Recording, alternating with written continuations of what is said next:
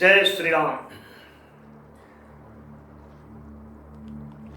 प्रभु श्री राम के पावन चरणों के अनुरागी देवियों, सज्जनों एवं हमारे साहित्यकार मित्रों,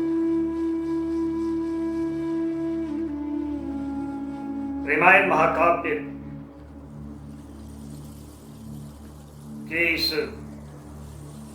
पाठ सत्र में हम आज 10वें सर्ग का पाठ करेंगे। इस सर्ग में हम देखेंगे कि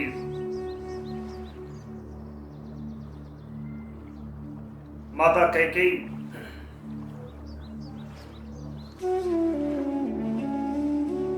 के किए गए कर्म को लेकर के भरत बहुत द्वंद में है। एक तरफ पिता की जलती हुई चिता की आग अभी ठंडी नहीं हुई है, दूसरी तरफ मां के कार्यों को लेकर के जो उनके मन में चिंता और मनस्ताप है, उस सोचते सोचते और अचानक मां के द्वारा राम के प्रति जो प्रेम की बहुत सारी यादें जुड़ी हुई है, उनको लेकर के भी वो बहुत सारे द्वंद में पड़ जाते हैं। ये मां मेरी ऐसी कैसे हो सकती है। और फिर उसी चिंतन क्रम में अचानक उनके भीतर कुछ बहुत सारी बातें जो उनकी स्मृतियों से ओझल थी और इधर बहुत कुछ जो घटा, वो सब कुछ लेकर के लगता था कि मां कैकेयी जो दिख रही वो नहीं है, कुछ और है। और तब तक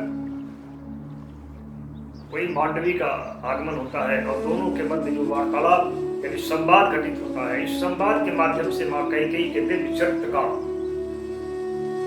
उद्घाटन भरत और मांडवी दोनों के समक्ष हो जाता है। और तब लगता है कि मां कैकेयी का इतना बलिदानी त्याग और मैं इसे समझ नहीं सका। और तब वो अपने मां के प्रति गहन समादर और आदर के भाव से भर जाते हैं। बल्कि उनके प्रति अपने दुर्व्यवहार और अपने द्वारा कहे गए दुर्व्यसनों के प्रति उनके मन में भी बहुत बड़ा पश्चाताप भी होता है। इस प्रकार हम इस सर्ग में ये देखेंगे कि फिर वो संकल्प लेते हैं कि मां जिस संकल्प को लेकर के ये हलाहल भी है, अपमान का, उपेक्षा का, वैधव्य का, उस लक्ष्य और मंजिल में अब हम भी सहायक बनेंगे।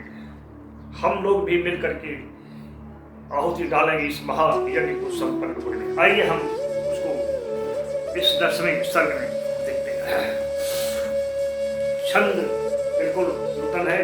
ये बताया गया है आपको पीछे शायद कि पूरे इस रामायण महाकाव्य में 21 सर्ग हैं और 21 सर्ग 21 छंदों में है, यानी छंदों की पुनरावृत्ति कहीं नहीं हुई है। आइए हम आनंद लेते हैं। कैसे शुरू करते हैं वो अपने चिंतन से। पिता की जलती हुई चिता, उनकी स्मृति, फिर उर्मिला के निर्दोष आंसुओं की स्मृति आती है, फिर माँ की जो सुतहीना और पतिहीना हो गई, वो सब कुछ वो सोच रहे हैं, सोच के व्यतीत है। फिर ये सब सोचते हुए वो अपनी माँ के कर्म के विश्लेषण में करते हैं। आइए देखिए छंद।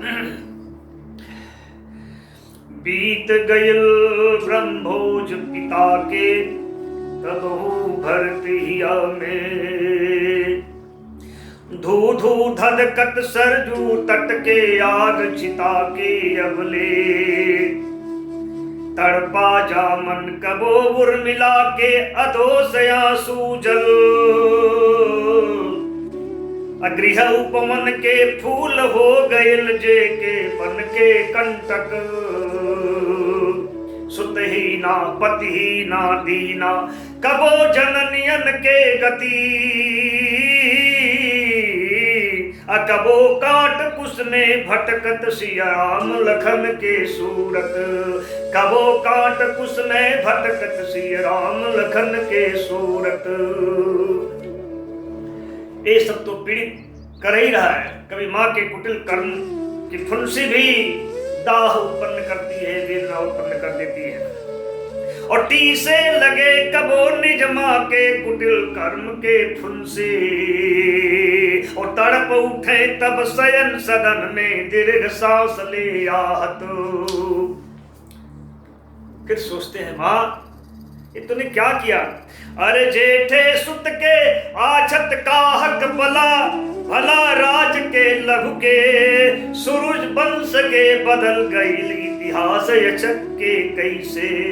हे माँ कैसे हो गया। बड़े भाई यानी बड़े पुत्र का अधिकार जिस गद्दी पर है उस पर छोटे का अधिकार कैसे हो गया, इतिहास कैसे बदल गया इस सूर्य वंश का।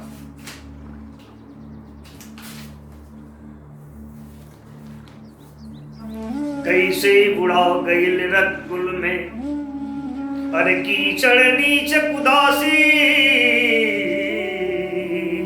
इस विमल पवित्र खानदान में तुच्छ दासी कैसे कीचड़ उछाल गई इसके दिव्य कृति में, और उस कुदासी के बस में मां कैसे हो गई। कोई साधारण तो मेरी मां है नहीं। अरे कैसे उड़ा गईल रघुकुल में, अरे कीचड़ नीच कुदासी। कैसे भैल कुदासी बस में धीर वीर छत्राणी। आकी शारदा फेर गईल मत, आकी शारदा फेर गईल मति, बुद्धि भैल दुर्बुद्धि। आकी डसली हलसियो करा के राज लोभ के नागिन। आकी डसली हलसियो करा के राज लोभ के नागिन।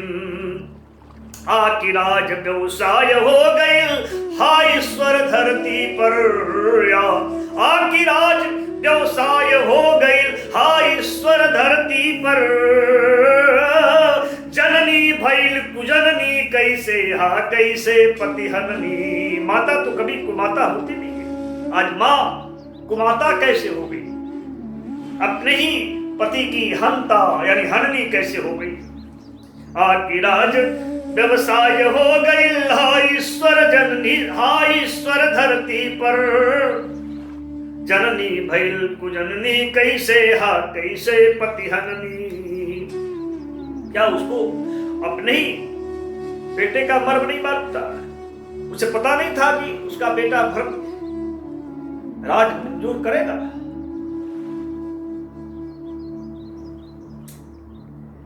गावों के अपने बेटे के मर्म रहे ना मालूम। राज मुकुट मंजूर भरत के कैसे सोच गई वो, कैसे सोच गई हो जाई भरत राम हठहारी। संभव कैसे प्यार राम के त्याज भरत के खातिर। कैसे समझ ली मां ने कि राम बड़े भैया के अधिकार को छीनने वाला भरत हो कैसे सकता है। कैसे राम का प्यार भरत के लिए त्याज्य हो सकता है। कैसे धोखा खा गई मां अपने ही पुत्र भरत को पहचानने। ये कैसे हो सकता है। हा कैसे संभव शरीर जियत रह सकी प्राण बिनु। जी पाई का मीन महल में छोड़ नदी के धारा। जी पाई का मीन महल में छोड़ नदी के धारा। मेरा जीवन तो मछली और जल की तरह है। राम के बिना मैं ठीक वैसे ही नहीं रह सकता हूं जैसे जल के बिना मछली। कैसे इसको भूल गई। हा कई सरसुत प्रेम की कैल स्वाहा सर्वस। अपने कौन सा पुत्र प्रेम है जिसने अपना सर्वस्व फूंक डाला। हा कई संसुत प्रेम की कैलसी स्वाहा सर्वस अपने। हा फट जात न काहे धरती टूट गिरे नायंबर। हा फट जात न काहे धरती टूट गिरे नायंबर। हा काहे हो जात न परले उलट पुलट जग सगरो। रामे नाथ बहाए जगत में बचल कवन आनंदे। रामे नाथ बहाए जगत में बचल कवन आनंदे। फिर तड़प उठते कि राम ही नहीं तो फिर ये धरती पर प्रलय क्यों नहीं आ जाता। धरती उलट पुलट क्यों नहीं हो जाती? आसमान टूट करके गिर नहीं जाता है क्यों? आखिर राम के अभाव में और कौन सुखी है संसार में? मेरे जीवन का आनंद तो राम ही है। मेरे जीवन के आनंद का अर्थ है सिर्फ राम। सांस हो गई तेज भरत के मन में उथल बवंडर, सांस हो गई तेज भरत के मन में उथल बवंडर, और दहके लगल हिया चीता में हर हर धूनी यस, दहके लगल हिया चिंता में हर हर धूनी यस, दहके लगल हिया चिंता में हर हर धूनी यस। और तभी अचानक उनके सिर के ऊपर गरम गरम आंसुओं का जल टपक पड़ता है। पीछे मुड़ करके देखते हैं तो मांडवी खड़ी है। तबले टपक उथल सिर ऊपर गरम गरम आंसू जल, अतकले चिहुक सिराने कब से रहे मांडवी सिसकती, और तकले चिहुक सिराने कब से रहे मांडवी सिसकत। मांडवी चुपचाप खड़े होकर के उनके सिर के पीछे सेज के सिराने अपने पति यानी अपने परम प्रिय प्राण प्रिय जीवन साथी भरत की दशा को देख रही थी। कुछ बोल नहीं पा रही थी, रो पड़ी और गर्म गर्म आंसू कण भरत के सर पर गिरते हैं। तब वो चौंक करके देखते हैं तो मांडवी खड़ी है, ताकत अपनी ओर पिया के। और जब मांडवी देखा भरत उनकी ओर देख रहे दौड़ करके उनके चरणों में गिर जाती है। ताकत अपनी ओर पिया के देख गिरल चरणन में, और भरत उठा लिहले बाहन में समर्पिता नारी के, भरत उठा लिहले बाहन में समर्पिता नारी के। चिबुक उठा के देखले आंसू बहत रहे गालन पर, ठोठी यानी चिबुक ठुड्डी जिसको बोलते हैं, इसको उठा करके और ध्यान से देखा तो आंखों से अश्रुधारा बहती हुई गालों को भिगोती हुई नीचे गिर रही है। जब उठा के देख ले आंसू बहत रहे गालन पर, और पातर अधर और झुरा के पियर और मुख गुलाब को मिलाइल, पातर अधर झुरा के पियर मुख गुलाब को मिलाइल। लाल लाल सूजल आंखन के हर कतरा बन सबनम, आंखें लाल और सूज गई हैं और हर बूंद मानो सबनम बन करके। लाल लाल सूजल आंखन के हर कतरा बन सबनम, टप टप टपक पड़ल फिर बेबस ओरहन देत पिया से। आंसू कण ही मानो उलाहना दे रहे भरत से। क्या उदाहरण दे रहे हैं? कहाँ गए सिद्धांत नाथे प्रभु, आपने ही तो कहा था वो सिद्धांत कहाँ गया? क्या सिद्धांत? नारी नर के अर्धांगिनी, कहाँ गए सिद्धांत नाथ? अरे नारी नर के अर्धांगिनी, अब भोगत बा जब पुरुष यहाँ दुख भाग चुराय अक्सर है। जब पुरुष दुख का हिस्सा अकेले भोग रहा है, अपने दुख में अपनी पत्नी को सम्मिलित नहीं कर रहा है, तो फिर अर्धांगिनी का अर्थ क्या हुआ? काय सन अपराध हो गई ए अबला नारी से, और पावती रहे हंसी में हिस्सा छाटल गई रुदन में। हंसी में यानी खुशियों में हिस्सेदार होती थी और दुख में निष्कासित कर दी गई। ऐसा क्या अपराध हो गया इस अबला से? गैले भरत पसी जहिया में सुन के कातर बानी, इस दिन वाणी को, इस कातर स्वर को सुन करके पिघल गए भरत और करुणा से हाथ मंडवी को अपने हृदय में खींच लेते हैं। लिहले भीच प्रिया के बाहन में करुणा से आहत, पहुंच गदोरी से गालन के बड़े बड़े आंसू कन। गदोरी मन हथेली से बड़े बड़े आंसुओं के कणों को पोंछ करके उसके गजरारी मनहारी पलकों को छू लेते हैं। पोंछ गदोरी से गालन के बड़े बड़े आंसू कन, और लिहले चूम कील कजरारी मनहारी पलकन के। फूट परल लावा प्राणन में पास स्नेह के संबल।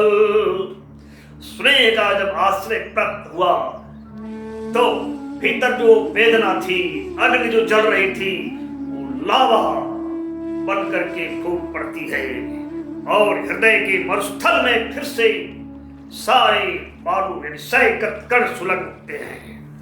फूट पर लावा प्राणन में पास स्नेह के संबल। उड़े लगल ही के मरुथल में बालू फिर से सुनगत। जैसे लगता है कि रेगिस्तान में, जलते हुए रेगिस्तान में तूफान आ गया और जलते हुए बालू कण तूफान में उड़ रहे हो, ऐसे भीतर में उनके हृदय की स्थिति हो जाती। फिर कहते हैं, हे पीर, एक काला मुख लेकर के अब मैं युद्धा में कैसे किसी तरफ निकलूंगा। सारी सृष्टि घृणा का ज्वाला लेकर के हमारे ऊपर बरस रही है। हर व्यक्ति मुझसे घृणा कर रहा है। सृष्टि में कोई भी नहीं है जो मुझसे नफरत न करता हो। मैं उस लायक हूं ही। कैसे मेरी मां कुमाता बन गई, माता कुमाता कैसे बनी, जो करुणा की मूर्ति थी, जिसके आंचल में ममता, त्याग और तपस्या की मंदाकिनी बहा करती। सब बोल रहे हैं, कहले कवनी और प्रिया हम लेकर या मुँह निकसी। सगरो सृष्टि घृणा के या तप बनी हमरे पर बरसती।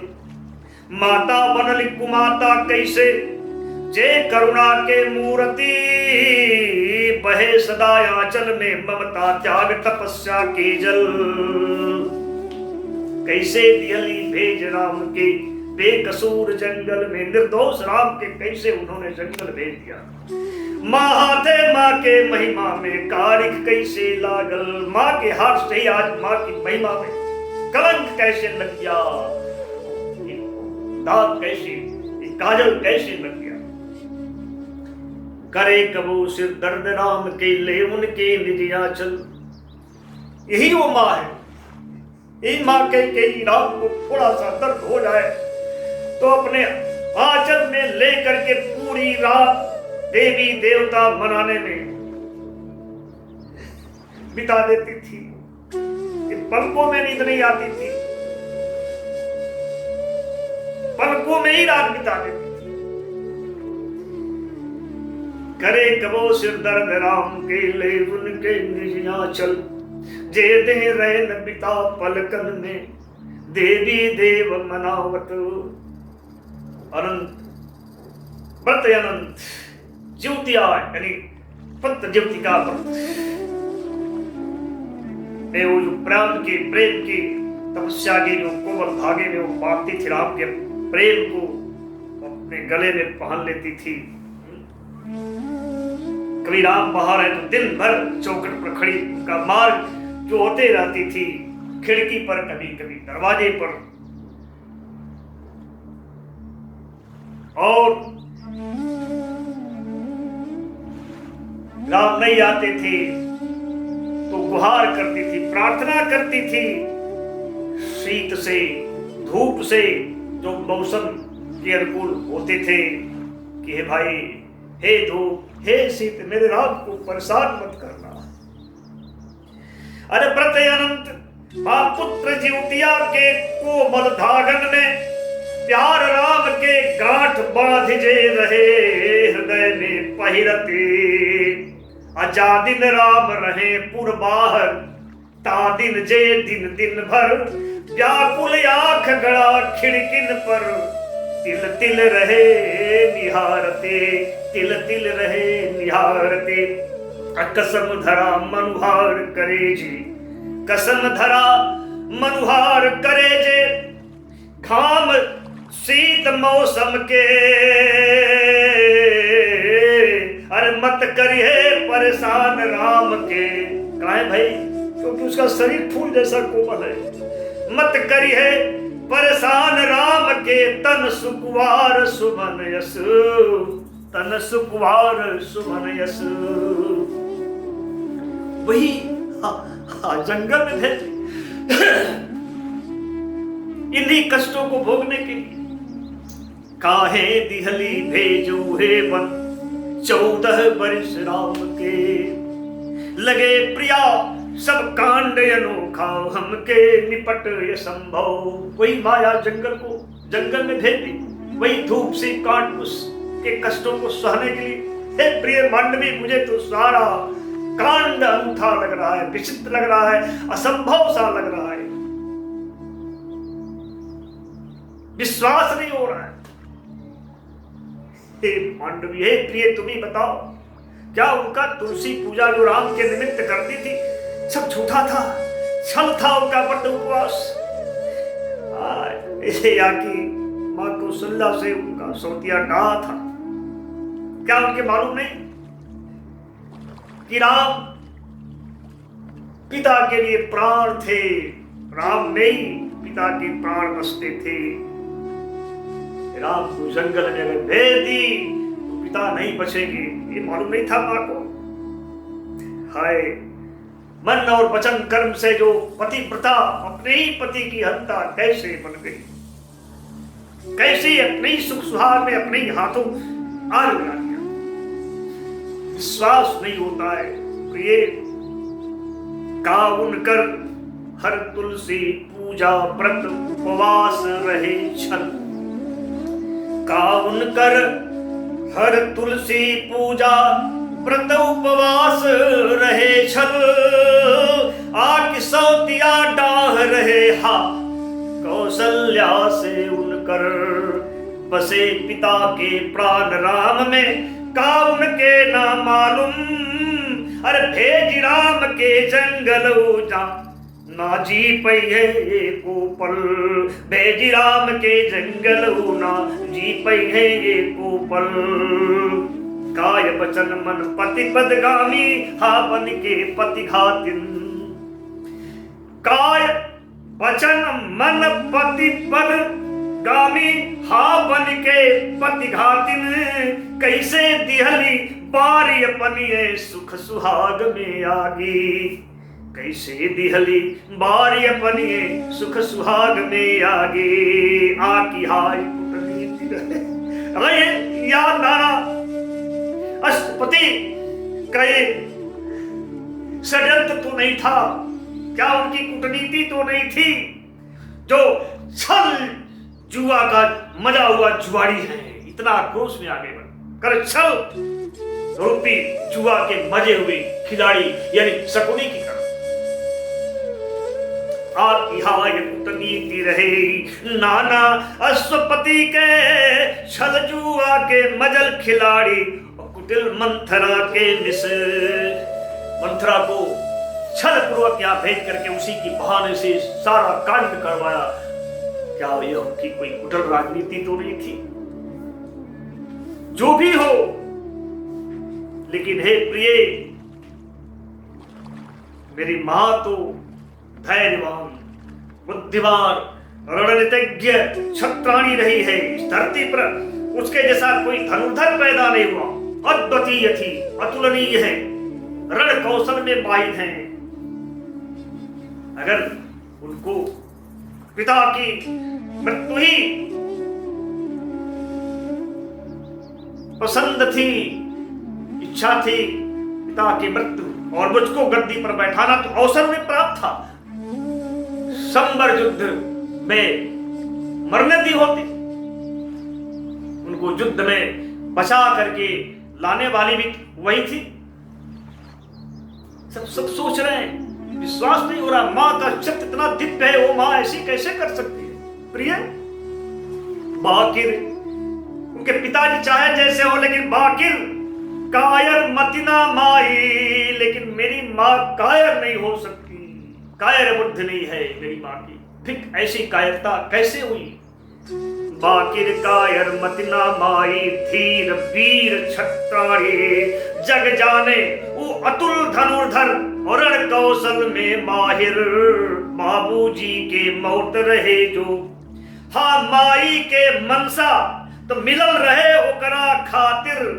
अरे भल नीक समय सुभरस्ता दिहली झोंक मौत के मुंह में। काहे ना निज हाथे प्राण बचा ले अली, काहे उन उनके संबर रन से, प्राण बचा ले काहे उनके संबर रन से।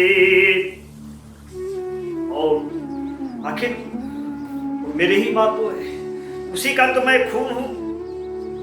जब मेरे हृदय में राज के प्रति कोई ललसा नहीं, कोई इच्छा नहीं, तो मां के मन में कैसे आ गया। जब हम के ना कबो लालसा सपनों में सत्ता के, मन भौरा ना गैल कहीं तज पद सरोज रघुबर के। जब कभी राज्य की लालसा लिप्सा मुझे नहीं हुई, मेरा ही मन रूपी भौरा राम के शरण कमलों को छोड़ करके कभी अन्यत्र गया ही नहीं।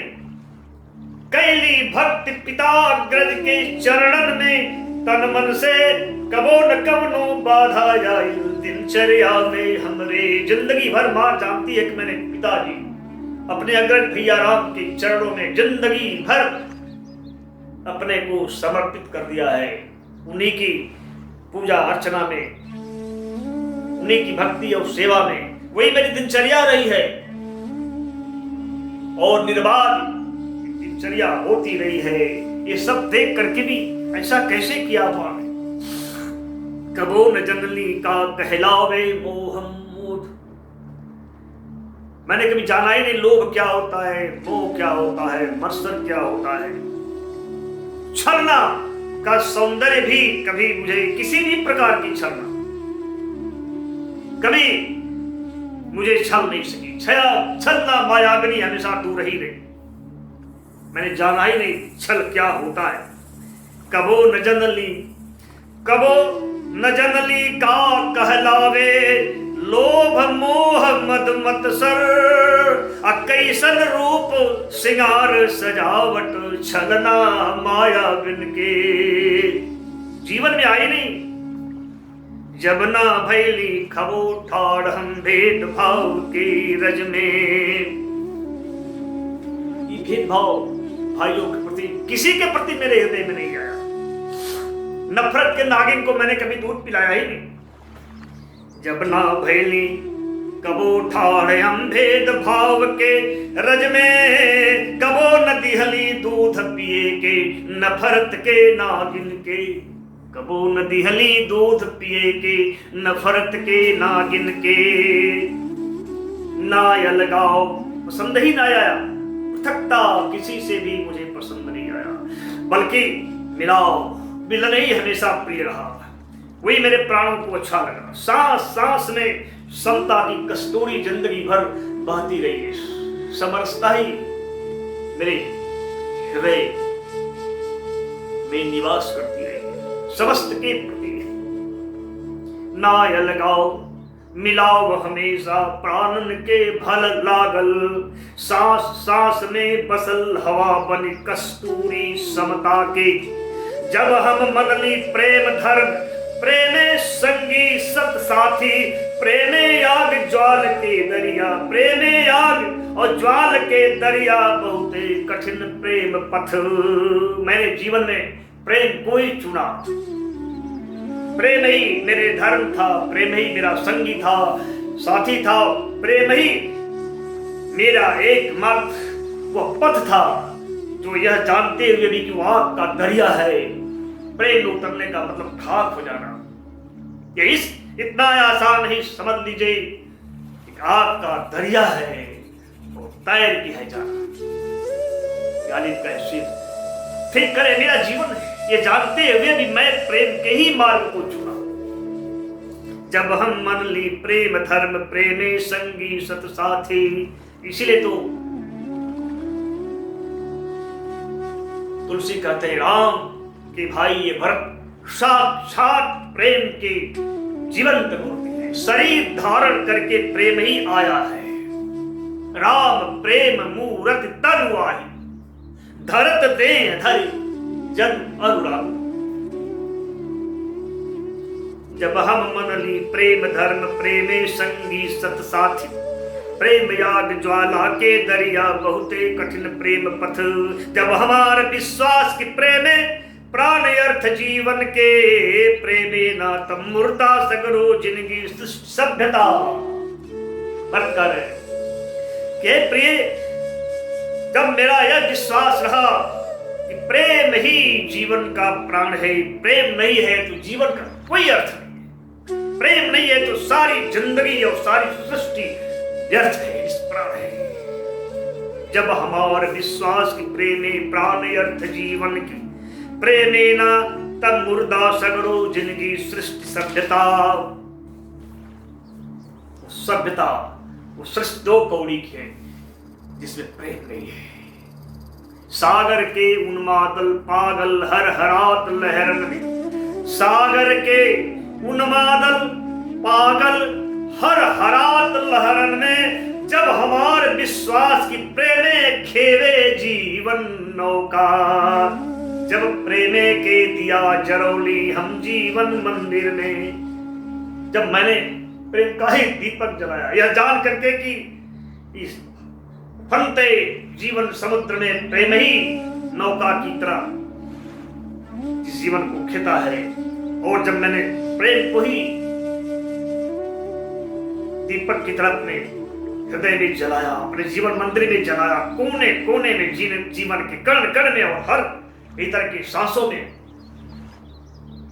जब प्रेमे के दिया जरौली हम जीवन मंदिर में, कोने कोने में कण कण में शासन में अंतर के, तब कैली के तरह नीचता ममता मई माए, तब इतनी नीचता मेरी ममता मई मां कैसे कर गई। इसलिए हे मांडवी, मुझे तो ये सारी कथा अनूठा झूठा प्रतीत होती है, विश्वास नहीं होता। तब कैली के तरे नीचता ममता मई माई, प्रिया मांडवी लागे सगरो कथा अनूठा झूठा। जब हम हूं निज माई के एक अंश एक हिस्सा, जब मैं अपनी माँ का ही एक अंश हूं, अपने माँ का ही एक टुकड़ा हूं, उसी का ही रक्त मांस बच्चा तो मैं हूं, और क्या हूं। मेरे रूप में मेरी माँ ही खड़ी है।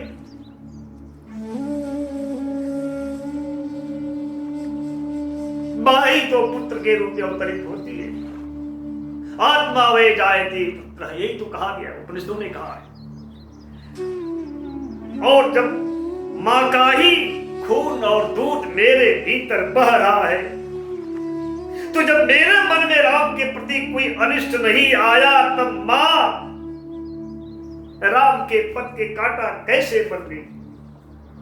जब हम हूं निज माई के एक अंश एक हिस्सा, जब मैये के रक्त दूध बहुत नसन में हमरे, जब हमरे मन में न राम के कबो अनिष्ट समाइल, तब हमरे मां बनल राम के पथ के कांटा कैसे, तब हमरे मां बनल राम के पथ के कांटा कैसे। हा भगवन, हे ईश्वर, क्या ये रक्त और दूध अपवित्र और मिथ्या है? क्या इसमें किसी दूसरे का खून और दूध बह रहा है, या कोई मां मुझसे कोई भेद छिपा रही है, जिस भेद को उजागर करना नहीं चाहती है? हाँ भगवान, इस रक्त दूध का हमें अपावन मिथ्या, क्या अपवित्र खून बह रहा है मेरे भीतर, या कोई झूठा खून और दूध बह रहा है? आकी कौनो भेद छिपावेली माई हमरा से, आकी कौनो भेद छिपावेली माई हमरा से। इतना सुनना था कि मांडवी सर्वांग सिहर जाती है, और ऐसा लगता है कि उसके भीतर में कहीं कोई बिजली कौंध जाती है, कोई प्रकाश कौंध जाता है, कुछ याद आ जाता है, कुछ दिख जाता है ऐसा जो मां कैकेयी की दिव्य चित्र को प्रकाशित करने का एक सूत्र बन जाता है। सिहर गईल मांडवी वचन सुन, प्रियतम भरत सृष्ट के, कौंध गईल बिजुरी अंतर के, घन यधार में जैसे। अब तक जो अज्ञानता का एक मोह का, ममता का, संशय का, माँ के प्रति ईर्ष्या द्वेष का जो अंधकार छाया था, उसमें अचानक कोई बिजली कौंध गई, एक प्रकाश जो उस अंधकार को भेद जाता है और माँ कैकेयी का एक दिव्य चित्र सामने आने लगता है। बोल परल हे नाथ लगे ना हमरो के कुछ ऐसे, हे प्रभु हमको भी कुछ ऐसा ही लगता है कि माँ कुछ छिपा रही है, वो जो दिखा रही है वो नहीं है, और जो है वो उसको दिखा नहीं रही है, उसे छुपा रही है। बोल परल हे नाथ लगे ना हमरो के कुछ ऐसे, असगरो कांड नियोजित लागे गूढ़ भेद कुछ तो पर। सारा कांड प्रायोजित लग रहा है, एक योजनाबद्ध कोई उपक्रम लग रहा है, कोई गूढ़ भेद है जो छिपा है नहीं, छिपाया गया है। लागे कांड नियोजित सगरो गूढ़ भेद कुछ तो पल। क्योंकि हे प्रभु मुझे याद आ रहा है, आप नहीं थे तो राम तिलक के इच्छा ले जब महाराज गुरुद्वारे, अगैल रही तब गुरुवर कहले रहे भी हंसे असुन से। जब राम राज्य की इच्छा की बात करने के लिए पूज्य पिताश्री वशिष्ठ के पास गए थे, यह कहने के लिए कि कोई बढ़िया सुदिन सुमंगल तिथि बताइए जिसमें राम का राज्य, यानी राम राज्याभिषेक, राम का राज्याभिषेक उस मुहूर्त में कर दिया जाए। तो एक कर्मकांडी ब्राह्मण होते हुए महाराज वशिष्ठ ने कोई पंचांग नहीं देखा, कोई तिथि वार जो सुदिन है सुमंगल है नहीं देखा, ये आशाजनक है।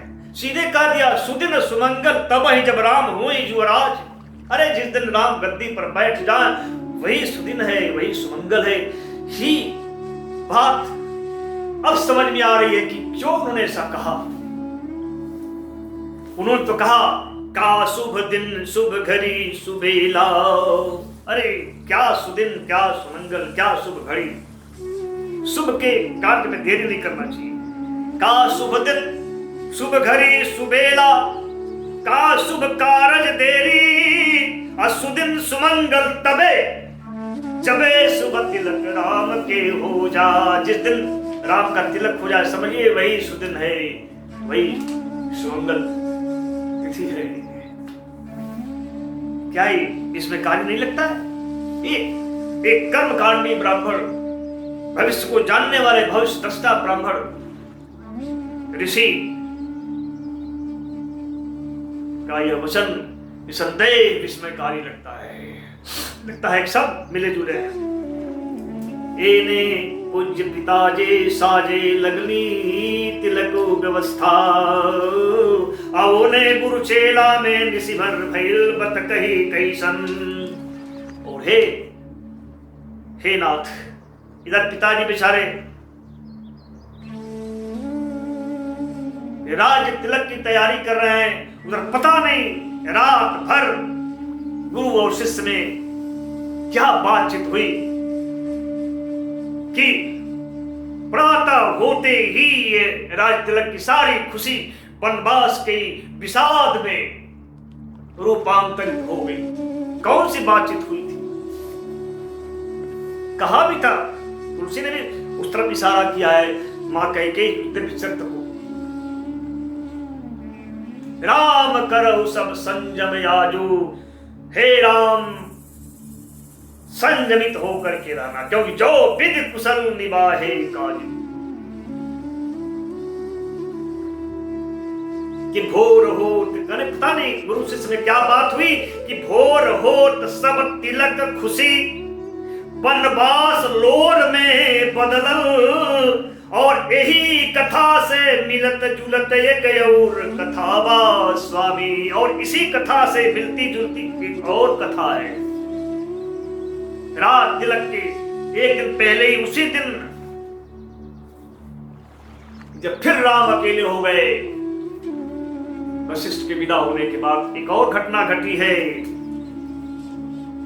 जिसका रहस्य अब कुछ समझ में आ रहा है कि राज तिलक के एक दिन पहले मुनि नारद जी अइली। राज तिलक के एक दिन पहले मुनि नारद जी अइली, और तिलक के दिन मंगली वरदान कैकेयी जननी।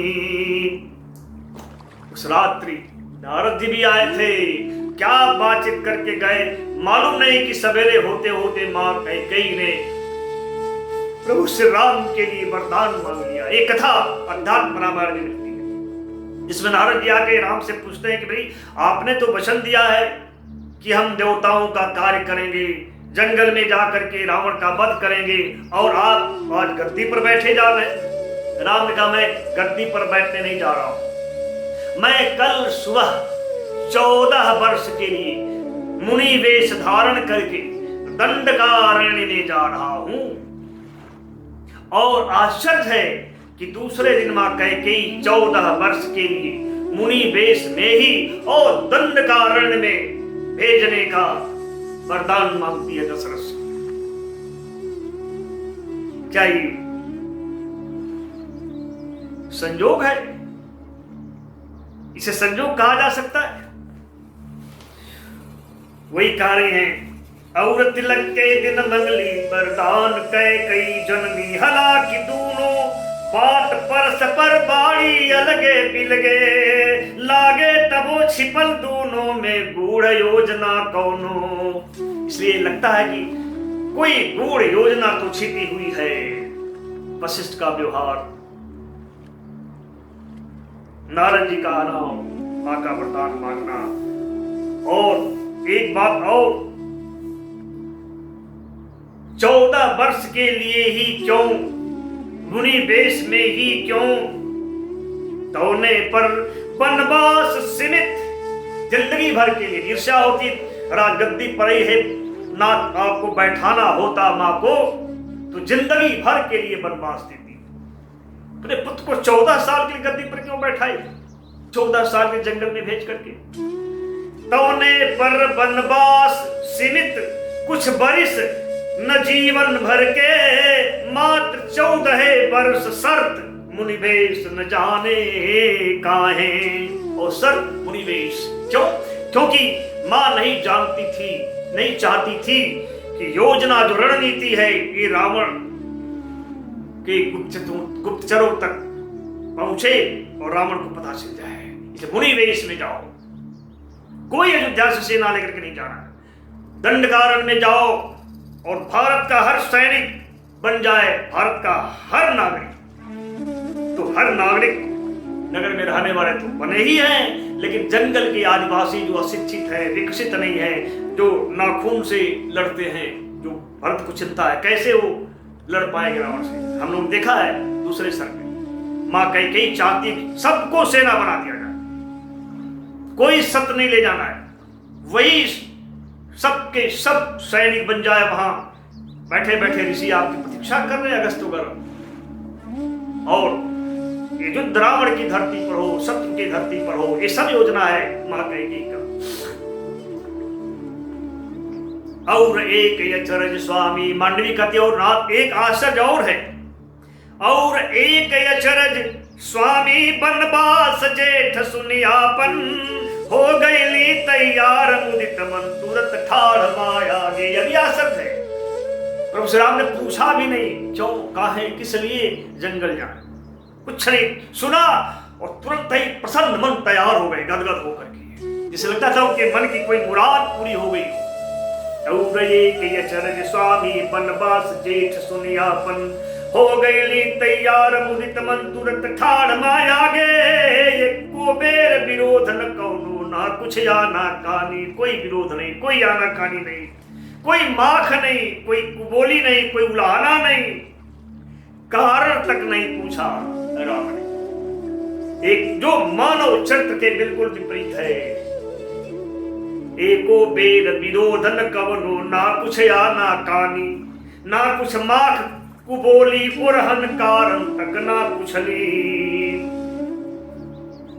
और लक्ष्मण से लेकर के माँ कौशल्या, सुमित्रा, पिता, सारे नगरवासी, सबके आंसुओं ने उन्हें रोकने की कोशिश की, उसका एक लेकिन बिल्कुल रुकने को तैयार, इतना निर्दयी और कठोर होकर के राम चले गए। कैसे?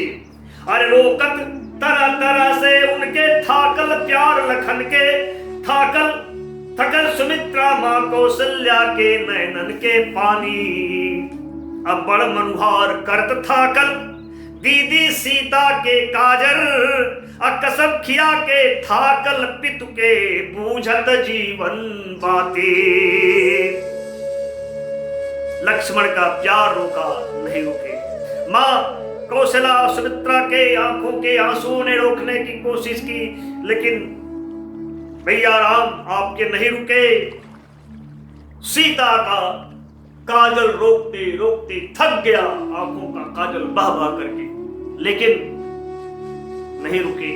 कसम खिला करके मनहार करते रह गए। पिता की जो बुझती हुई जीवन बाती है, उसने भी बहुत रोकने की कोशिश की, लेकिन नहीं ठहरे। आखिर कहली पूज्य जेठ सब रोकत काहे हमके।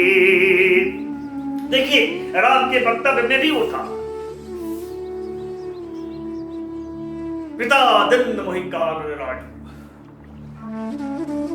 और जब राम ने उसने जबरदस्त प्रतिरोध किया, जब भरत मां कैकेयी की निंदा करते हैं राम के सामने, तो राम तुरंत डांट देते हैं और कहते हैं, हे भरत, मां कैकेयी की निंदा सिर्फ वही व्यक्ति कर सकता है जो गुरु और संतों के समाज में न रहा। इशारा करता है कि कैकेयी को समझने के लिए, मेरी मां कैकेयी को समझने के लिए संतों, महात्माओं, गुरुओं के सानिध्य में रहना आवश्यक है। इतना गहरा चरित्र है मां कैकेयी का, इतना विराट है।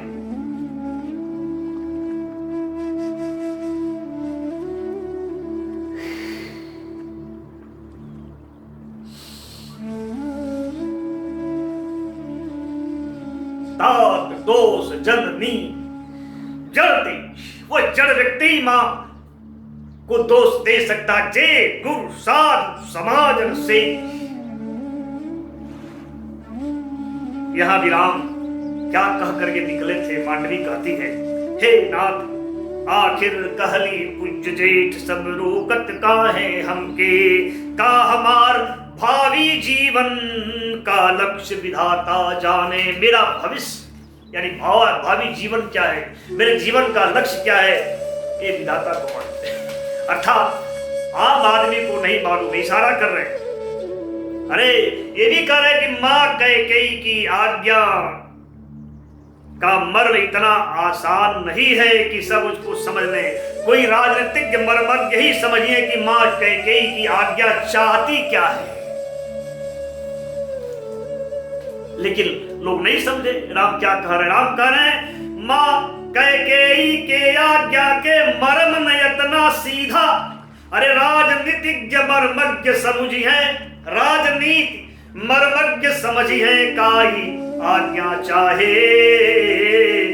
क्योंकि मेरी मां कैकेयी कोई साधारण मां नहीं है, गुणी, वीर, रणधीर, नीति मर्मज्ञ, अतुल, जे भूपर अस्मा कैकेयी के कबहू मान न ओछा हुई। ऐसी मां कैकेयी की मांग, उसका वरदान ओछा वरदान नहीं हो सकता, उसकी मांग तुच्छ मांग नहीं हो सकती है। जे हमके बचपन से अपने सुधा स्नेह से सींचल, उनके आज्ञा में ना कबहू मोर अमंगल होई। जिस मां कैकेयी ने बचपन से लेकर आज तक अपने प्रेम रूपी अमृत से सींचा, उस मां की आज्ञा मेरे लिए कभी अशुभ कैसे हो सकती है। जे हमके बचपन से अपने सुधा स्नेह से सींचल, उनके आज्ञा में ना कबहू मोर अमंगल होई। और हे नाथ, इतना कह करके पिता को, अनहोश पिता को, जिनको होश नहीं था, बेहोश गिर गए थे राम के वियोग में, उनको प्रणाम करके बड़ी कठोरता से माताओं का आशीर्वाद ले करके चेहरे पर बिना किसी हर्ष और विषाद के प्रसन्न चित्त होकर के चले गए। क्या है विस्मयकारी नहीं लगता है? करी प्रणाम अनहोश पिता के, ले आशीष जननी के, चलली पूज्य जेठ तहवा से हर्ष विषाद मुह पर। चलली पूज्य जेठ तहवा से हर्ष विषाद मुह पर।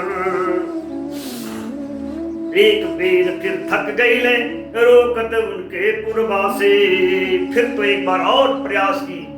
अयोध्या की जनता ने सब मार्ग में खड़े होकर के रोकने लगे, बच्चों की किलकारियां रोकने लगी।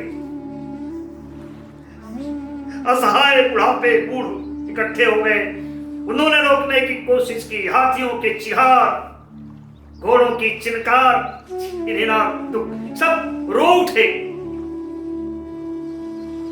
राम नहीं रुके। एक बेर फिर थक गईले रोकत उनके पुरवासी। और थाकल बाह डारी गटई में और लड़कन के किलकारी। थाक गई असहाय बुढ़ापा, थाकल रो की जवानी।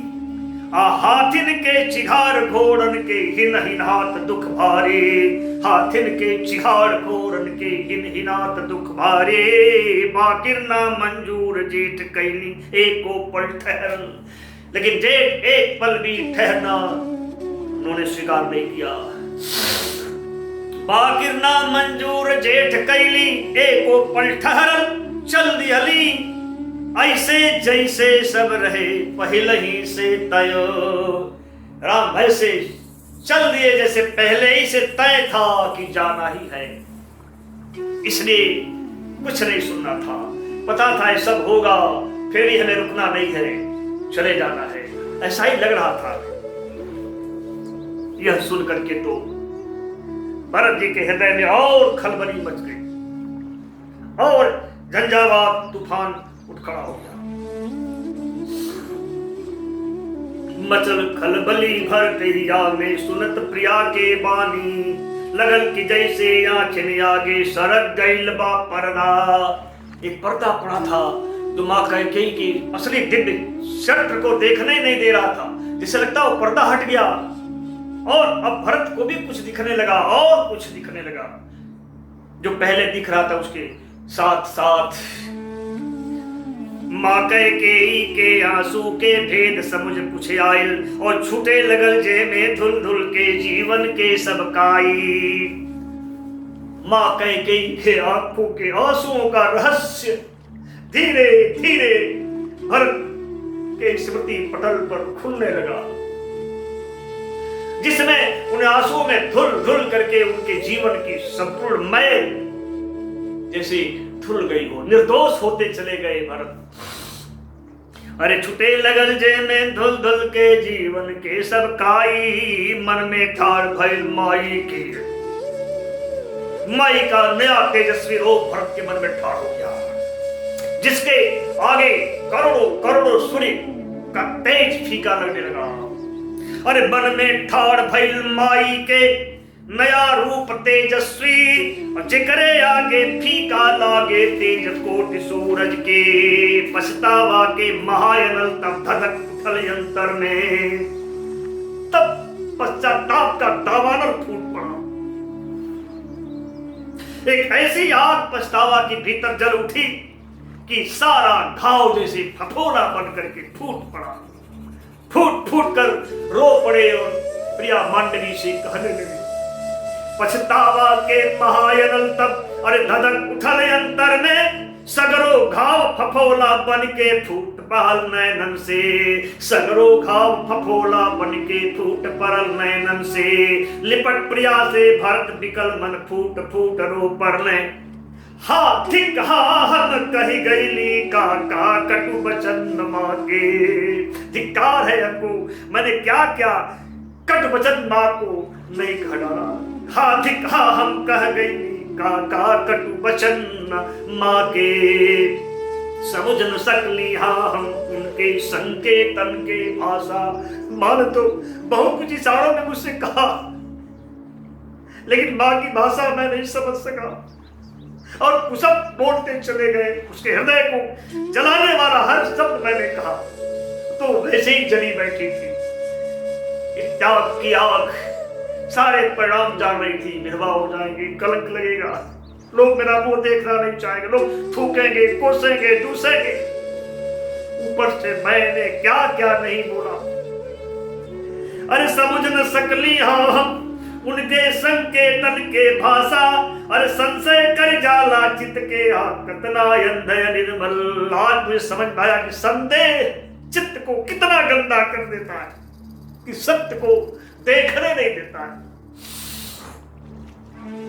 हाँ हमके यार हल याद माँ एक दिन रहे बतौले। अब मुझे याद आ रहा, माँ ने मुझे एक बार बताया भी था कि पितु के राज सूज में आयल रहले सुरंग ऋषिगण। जब पिता ने राज सूज में किया था तो तमाम ऋषि और देवगण उपस्थित थे उसमें, और उसने सभी ने संकल्प लिया था मिलजुल करके। लिहल गई संकल्प रहे क्या, ये रावणवादी जो सिद्धांत है जो धरती पर फैलाया जा रहा है उसको मिटाया जाए। लिहल गई संकल्प रहे दृढ़ गुप्त सभा में मिलके। वो गुप्त सभा थी क्या, धर्म विमुख रावणवादी सिद्धांत मिटावल जाई। याद रहल मांग राम के लेके राजसभा में। ये लक्ष्य ले मुनि कौशिक जी शायद रहली आयल। अब याद आ रहा है कि शायद यही लक्ष्य लेकर के विश्वामित्र जी जीवन भर का पैर भुला करके और इस अयोध्या के राज सिंहासन पर राम बैठे हैं, अरे दशरथ बैठे हैं पिताजी, और उनके कुल गुरु वशिष्ठ हैं उस राजसभा में आए थे। कैसे आए थे अब समझ में आ रहा है। इसी लक्ष्य को लेकर के, इसी उद्देश्य को पूर्ण करने के लिए आए, इसी निमित्त आए थे। और मुझे ये भी याद है, ले जाई चाहत रहली बड़का भैया के साथे करा सके जे लक्ष्य हेतु है आवश्यक तैयारी। ताकि वो बड़े भैया को ले जाए और अपने लक्ष्य सिद्धि के लिए जो जरूरी तैयारी है, शिक्षा दीक्षा वो पूर्ण कर सके। अब समझ में आ रहा है पिताजी, लेकिन मुनि जी को प्रभु श्री राम को सौंपना नहीं चाहते थे। सूर्य वंश के नीति के विरुद्ध वचन दे करके वचन से हट गए थे। तब अपने 100 पुत्रों के मौत के दर्द को भुला करके वशिष्ठ ने विश्वामित्र का समर्थन किया था। इसका रहस्य अब मेरे समझ में आ रहा है। 100 पुत्रन के घाव भुला के गुरु वशिष्ठ जी ओछन ओ कैले रही समर्थन खुल के विश्वामित्र कथन के। देखने आप तस्वीर यम्ब के सोच सबे घटना के। हे मांडवी, अब ये मां का जो तस्वीर मेरे सामने दिखाई दे रहा है, इससे स्पष्ट हो गया कि कोई न कोई गुप्त योजना कार्य कर रही है इस मां के माध्यम से। देखने आ तस्वीर अम्ब के, अरे सोच सजे घटना के।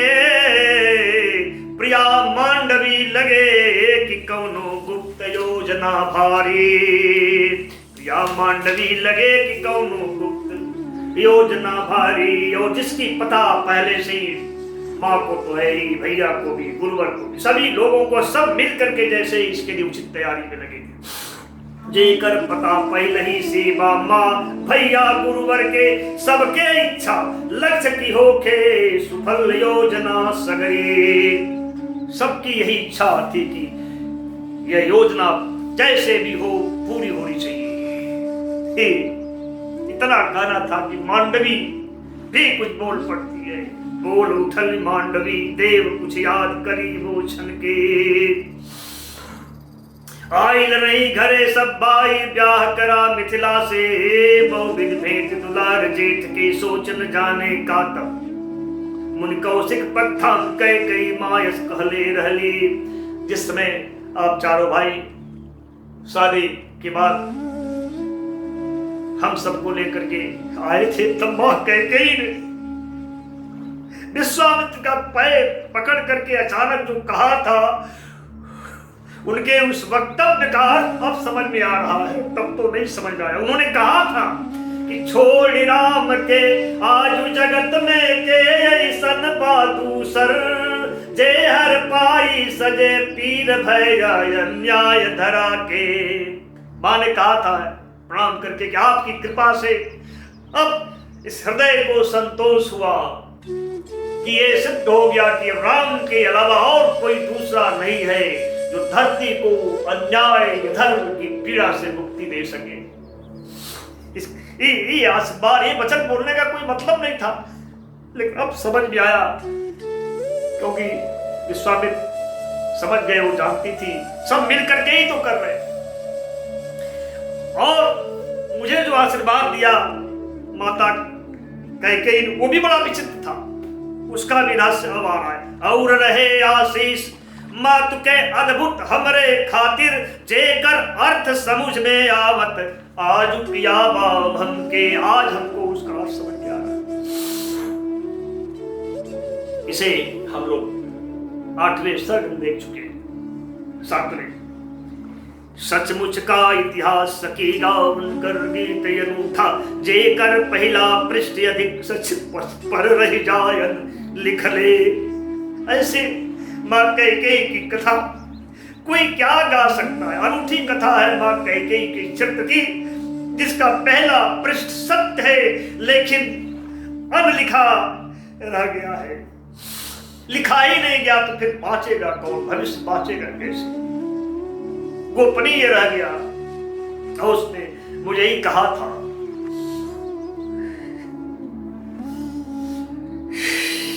समझ सकी का आवे वाला जुग भावी नर पीढ़ी। क्या आने वाला जुग भला क्या समझेगा, भावी पीढ़ी क्या समझेगी। उनके आंचल के कलंक अपमान उपेक्षा में छिपा हुआ जो लोक मंगल की पीड़ा है, उसे कोई क्या समझेगा, आने वाली पीढ़ी भी नहीं समझ पाएगी। सचमुच देश के लिए, अपनी मातृभूमि के लिए, विश्व मानव के मंगल के लिए ऐसा त्याग ऐसी ही नारी कर सकती है। कैकेयी जैसा त्याग कोई कैकेयी ही कर सकती है, कोई दूसरी नारी के लिए संभव नहीं है।